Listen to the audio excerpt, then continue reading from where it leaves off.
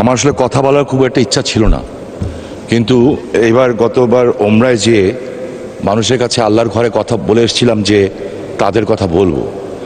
আমরা আমাদের যারা বিদেশ থেকে টাকা পাঠান, আমরা তাদেরকে রেমিটেন্স যোদ্ধা বলি। 71 সনে যারা দেশ স্বাধীন করেছিলেন তাদের বলতাম মুক্তিযোদ্ধা। তারা দেশ দিয়ে গেছেন বঙ্গবন্ধুর নেতৃত্বে, আর দেশের অর্থনীতিকে সবচেয়ে সবল রেখেছেন এই রেমিটেন্স যোদ্ধারা।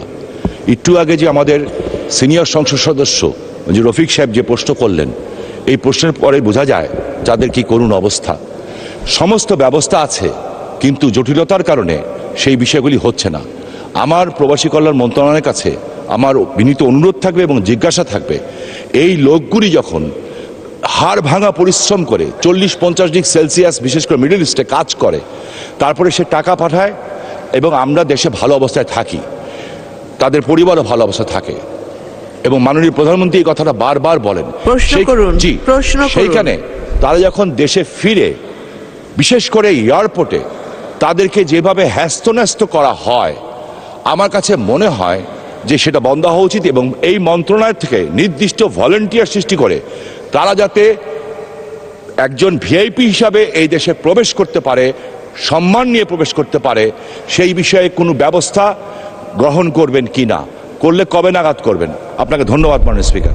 ভীষণ নিয়ে এলো ফুলঝুরি মেগা অফার সিজন 6।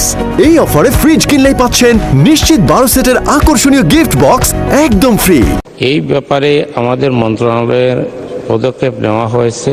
এয়ারপোর্টে আমাদের কর্মীরা আছে, বিদেশগামী যাত্রীদের ব্যাপারে ওদেরকে দেখাশোনা করে। তবে জনবলের সীমাবদ্ধতা আছে, যে কারণে হয়তো সঠিকভাবে দেখাশোনা হচ্ছে না।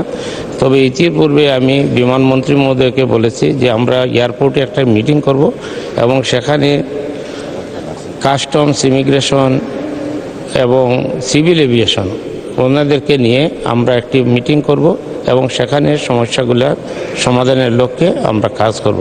আপনাকে ধন্যবাদ।